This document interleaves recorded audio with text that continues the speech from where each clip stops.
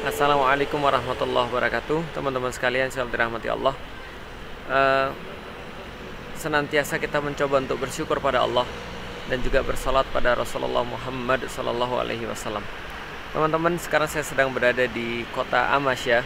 Kota Amasya ini adalah dulunya pernah dijadikan sebagai kota-kota yang membesarkan para penerus tahta daripada Kesultanan Utsmani. Muhammad Al-Fatih, sang pembebas Konstantinopel, juga pernah dibesarkan di sini umur 2 sampai dengan umur 6 tahun. Dan teman-teman sekalian, ini adalah sebuah kota yang sangat bersejarah. Jadi kalau teman-teman lihat latar belakangnya ini adalah latar belakang dari gunung yang di situ ada pahatan yang digunakan untuk menjadi tempat-tempat pekuburan ya. Jadi tomb, jadi tempat kuburan para raja-raja sebelum Masehi. Dan teman-teman sekalian, tempat ini sudah merasakan dan sudah menjadi saksi, menjadi saksi daripada bergantinya kejayaan demi kejayaan, bergantinya peradaban demi peradaban. Dan kalau kita bicara tentang peradaban, pastilah di sini juga pernah menyaksikan muncul dan runtuhnya peradaban Islam. Karena di sini juga pernah menjadi saksi daripada beberapa peradaban, terkhusus yang paling besar adalah Kesultanan Utsmani. Teman-teman sekalian, kalau kita berada di Turki, kita jalan-jalan di Istanbul, kita jalan-jalan di Bursa, kita jalan-jalan di Edirne, jalan-jalan di kota-kota lain seperti kota Amasya, maka sangat mudah bagi kita untuk menyadari bahwa dulu tuh kaum muslimin itu sangat besar. Dulu tuh kaum muslimin itu sangat hebat dan sangat dihormati. Karena kenapa? Karena banyak sekali bukti-bukti yang bisa kita temukan dan kita masih bisa lihat langsung dalam kehidupan kita sehari-hari sekarang. Jadi kalau saatnya kita berbicara tentang kejayaan Islam, kita berbicara tentang Kesultanan Utsmani, kita berbicara tentang kekhilafan Abbasiyah, kita berbicara tentang bahkan kekhilafan yang sebelumnya, maka ini sangat mudah sekali karena memang masih banyak peninggalan-peninggalan dan masih banyak catatan-catatan yang ada di dalamnya. Tapi walaupun teman-teman sekalian belum pernah ke sini, kita juga sebenarnya bisa mengetahui bahwa orang-orang muslim dulu itu pasti pernah bersatu. Kenapa? Karena ini adalah sebuah logika yang sangat mudah, sebuah kewajaran. Kenapa kewajaran saya sampaikan? Karena jangankan kita berbicara tentang Islam, orang-orang yang sama-sama sipit aja mau bersatu. Orang-orang yang sama-sama hitam mau bersatu. Orang-orang yang sama-sama kulitnya putih mau bersatu. Orang-orang yang merasa kulitnya sama-sama merah juga mau bersatu. Dan itu adalah persatuan atas dasar fisik. Orang itu pertama-tama ya bersatunya atas dasar fisik pastinya. Makanya ada kaum, ada bani, ada ya apapun itu yang mereka bersatu atas dasar fisik. Tapi juga ada yang bersatu atas dasar cita-cita. Nah, jadi kalau mereka cita-citanya sama, mereka bareng. Selama mereka menginginkan tujuan yang sama, maka mereka mencapainya bareng. Misal ketika misalnya ketika mereka pergi berburu, maka mereka nggak bisa melakukannya sendirian, maka mereka membentuk grup, mereka membentuk kelompok, mereka membentuk ikatan berdasarkan cita-cita ataupun tujuan yang mereka ingin maksudkan. Nah, itu adalah persatuan dalam bentuk cita-cita atau dalam bentuk tujuan. Kalau sekarang ya negara modern lah ya. Jadi orang-orang yang sipit, hitam, putih, merah itu bisa bersatu walaupun mereka berbeda secara fisik, tapi mereka punya tujuan yang sama. Islam itu lebih daripada itu. Islam itu punya alamiahnya bersatu tuh lebih daripada itu. Karena mereka bukan hanya punya cita-cita yang sama di dunia, tapi mereka punya cita-cita yang sama nanti di akhirat. Mereka punya orang yang mereka cintai yang sama, yaitu adalah Rasulullah Muhammad Sallallahu Alaihi Wasallam. Mereka punya zat yang mereka agung-agungkan, yang mereka harapkan balasannya nanti di yaumil qiyamah. Jadi mereka punya tujuan lebih daripada tujuan orang-orang yang berkumpul hanya sekedarnya saja. Atau mereka punya lebih daripada kesamaan hanya sekedar fisik, tapi mereka memiliki kesamaan kecintaan. Mereka memiliki kesamaan jiwa, memiliki kesamaan rasa di dalam agama kaum muslimin. Dan tidak hanya itu, agama Islam itu justru juga menyuruh kita untuk bersatu, menyuruh kita untuk senantiasa bareng-bareng, senantiasa membentuk satu ikatan. Makanya dalam suratul Fatihah itu kita senantiasa disuruh untuk beribadah tuh bareng. Iyyaka na'budu wa iyyaka nasta'in. Yaitu adalah kita disuruh untuk bareng-bareng menyembah Allah dan bareng-bareng meminta kepada Allah. Islam itu naturalnya itu bersatu. Islam itu naturalnya itu ya bareng-bareng. Islam itu naturalnya itu punya ikatan. Artinya kalau seandainya kaum muslim itu bertambah banyak, maka mereka akan bertambah bersatu. Karena setiap aktivitas-aktivitasnya itu perlu persatuan. Maka ketika kita lihat ketika di Mekah mereka sudah mulai bersatu, ketika di Madinah mereka lebih bersatu lagi. Dan tidak hanya itu, Rasulullah Shallallahu Alaihi Wasallam pun juga memerintahkan untuk bersatu senantiasa.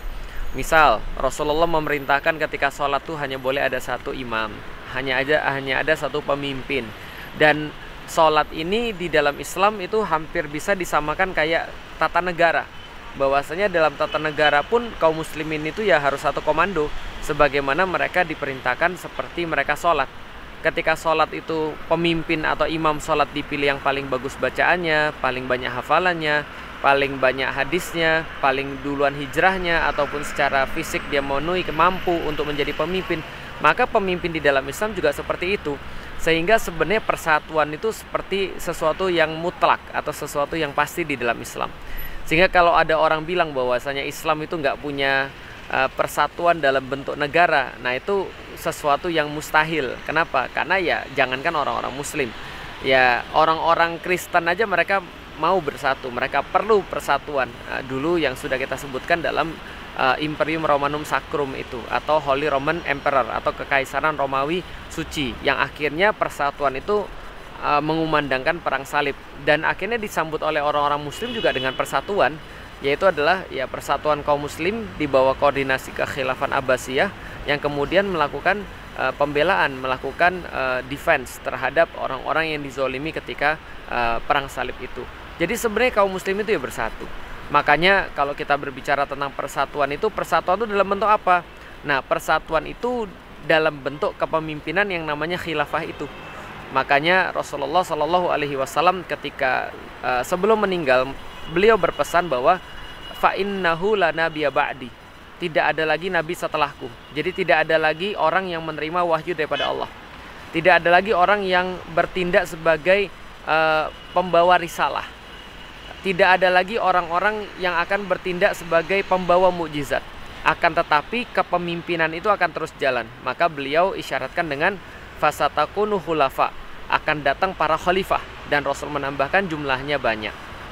Nah, artinya khalifah ini yang akan menggantikan peran Rasulullah sebagai pemimpin dalam keduniaan, pemimpin dalam mempersatukan kaum muslimin, sebagaimana imam ketika memimpin sholat. Kira-kira begitu teman-teman sekalian. Makanya sepeninggal Rasulullah, Abu Bakar itu disebut dengan Khalifah Abu Bakar, karena beliau menggantikan Rasulullah. Apa yang diganti? Bukan menggantikan sebagai nabi, bukan menggantikan sebagai rasul, tapi menggantikan sebagai pemimpin kaum muslimin. Nah, itu maksudnya. Jadi menggantikan apa? Ya menggantikan sebagai pemimpin kaum muslimin. Bukan hanya menggantikan sebagai imam sholat, tapi menggantikan Rasulullah sebagai pemimpin kaum muslimin. Maka Abu Bakar memimpin kaum muslimin. Dia berkhutbah ketika itu di Masjid Nabawi. Dia mengatakan bahwasanya yang paling lemah di antara kalian adalah yang paling kuat di depanku. Yang paling kuat di depanku adalah lemah di hadapan yang paling kuat di antara kalian adalah lemah di hadapanku, sehingga aku memenuhi hak-hak orang-orang yang miskin, dan seterusnya. Dia memberangkatkan pasukan perang. Dia kemudian menjadikan Usamah bin Zaid sebagai pemimpin pasukan pergi ke Baitul Maqdis. Dia mengutus segala macam pasukan ke segala arah gitu ya. Dan beliau juga mengutus pasukan untuk memberantas orang-orang yang nggak mau bayar zakat dan seterusnya. Itu semua adalah tindakan seorang kepala negara, tindakan Rasulullah ketika Rasul masih memimpin kaum muslimin, lalu kemudian digantikan oleh Abu Bakar. Dan setelah Abu Bakar meninggal, wafat, itu juga digantikan oleh Umar bin Khattab, yaitu bergelar Amirul Mukminin atau Khalifah Umar bin Khattab.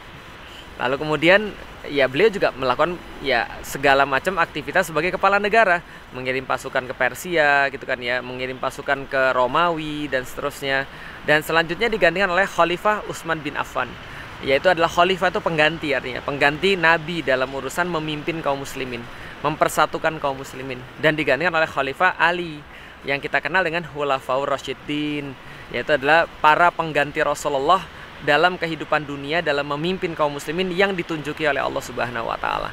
Jadi kalau ada orang yang mengatakan kaum muslimin itu nggak punya persatuan dalam bentuk negara, yaitu justru ahistoris, illogical gitu kan ya. Dan ya secara normatif pun ya mungkin mereka mungkin kurang ini ya, kurang menggali lagi kitab-kitab ataupun turos-turos yang berkaitan dengan itu. Ya kayak gini lah teman sekalian. Jangankan kita ya, Elon Musk aja ngomong, George Bush aja ngomong, pemimpin-pemimpin yang lain yang bukan muslim aja ngomong bahwa pernah ada kekhilafahan. Penulis-penulis, para pembelajar juga bilang begitu lah. Masa kita orang muslim malah nggak percaya lah, malah takut gitu kan ya, malah dikait-kaitkan dengan terorisme lah, dikait-kaitkan dengan fundamentalis lah, dikait-kaitkan dengan ekstremis lah. Justru kekhilafan itu yang justru terbukti dalam sejarah membela kaum muslimin, memperbaiki kondisi kaum muslimin, menghasilkan karya-karya besar, menghasilkan generasi-generasi hebat, dan mencatat Islam sebagai the golden age, sebagai abad keemasan di dalam sejarah peradaban. Itu adalah hasil daripada kepemimpinan Islam yang memberikan kebaikan bagi seluruh kaum muslimin. Nah, ketika kepemimpinan Islam itu berakhir pada 1924, kacau balau. Apa yang misalnya terjadi? Baitul Maqdis diambil, dijajah oleh penjajah Israel. Lalu kemudian kaum muslimin di mana-mana di negeri-negeri kaum muslimin itu hancur. Mereka semua tidak mendapatkan pengurusan seperti semula. Islam jadi bulan-bulanan. Kaum muslimin jadi negara-negara tertinggal dan segala macam. Lah kenapa? Karena mereka tidak lagi punya alamiahnya sebagai agama. Karena agama Islam itu alamiahnya bersatu. Ketika mereka bersatu, mereka baru keluar kehebatannya. Makanya Allah Subhanahu wa taala menyampaikan, idza jaa nasrullahi wal fath wa ra'aitan nasa yadkhuluna fi dinillahi afwaja. Kalau kamu itu diberikan kemenangan oleh Allah dan pertolongan, kamu akan melihat orang-orang berbondong-bondong masuk Islam. Nah, secara pribadi saya melihat bahwa kayak bapak dan ibu saya, papi dan mami saya itu akan sangat sulit mereka melihat Islam yang sebenarnya apabila Islam itu tidak tegak dalam bentuk yang total gitu loh. Yaitu dalam bentuk ya sempurna, diterapkan secara penuh. Karena tanpa adanya kepemimpinan itu, tanpa adanya khalifah-khalifah itu, kita nggak bisa melihat Islam secara sempurna. Maka kesempurnaan Islam itu baru bisa dilihat setelah ada kepemimpinan. Dan begitu kepemimpinan itu hilang, maka hilang pula kesempurnaan Islam, dan akhirnya seperti yang kita lihat sekarang. 1924 Baitul Maqdis hilang. Negeri kaum muslimin terpecah belah. Kaum muslimin dijajah. Khusus di Indonesia kita melihat bahwa setelah runtuhnya kekhilafan itu, maka tidak ada lagi melindungi Nusantara. Bahwasanya ada catatan Kesultanan Utsmani pernah mengirimkan kapal-kapal perang menuju kepada Aceh untuk membela dan untuk mempertahankan negeri-negeri kaum muslimin. Ketika sudah runtuh, maka tidak ada lagi, dan akhirnya ya terjajah kaum muslimin. Itu yang terjadi. Baitul Maqdis lepas, dan kita bisa tahu bahwa Baitul Maqdis itu menjadi sebuah indikasi bagi dunia itu baik-baik saja atau tidak. Lah kalau seandainya Baitul Maqdis itu sedang bermasalah, berarti dunia sedang tidak baik-baik saja. Berarti kaum muslimin sedang lemah, dan kaum muslimin tidak bisa untuk memimpin di tempat tersebut. Maka ya kita lihat ketika kaum muslimin kekuatannya hilang, ya Baitul Maqdis juga hilang, dan Baitul Maqdis bermasalah. Tapi ketika kaum muslimin bersatu kembali dan kaum muslimin bisa balik lagi kekuatannya dengan kepemimpinan Islam, maka Baitul Maqdis akan balik kembali. Itulah arti daripada kata-kata Sultan Abdul Hamid II ketika ditawari sejumlah besar uang oleh Theodor Herzl, lalu kemudian dia berkata, tidak perlu, kami nggak perlu duit orang-orang Yahudi, karena tanah ini bukan milik kami, tapi milik orang-orang Muslim yang menyirami dengan darah dan dengan air mata mereka, dengan jihad mereka. Nah, kalau seandainya Yahudi mau tanah itu, maka selama ada kekhilafahan, selama ada pelindungnya, maka tidak akan pernah diberikan pada mereka. Kalau mereka mau, kalau khilafah sudah nggak ada, mereka bisa ambil tanpa bayar harganya. Dan ternyata itu benar. Maka ya secara logik aja teman-teman sekalian, Islam itu perlu persatuan. Secara logik semua ajaran Islam itu perlu persatuan, menyuruh kita untuk bersatu. Secara logik nggak mungkin kaum muslimin itu nggak mau bersatu. Orang yang bukan muslim aja perlu persatuan. Yahudi aja minta negara, mau bersatu. Orang-orang yang sama-sama sipit aja mau bersatu. Orang sama-sama hitam aja mau bersatu. Orang sama-sama kulit merah aja mau bersatu. Lah nggak mungkin Islam yang ajarannya seperti itu tidak perlu persatuan. Maka teman-teman sekalian, mudah-mudahan kita tuh lebih mau belajar. Karena secara logik aja illogical banget kalau ada orang bilang Islam tuh nggak punya persatuan.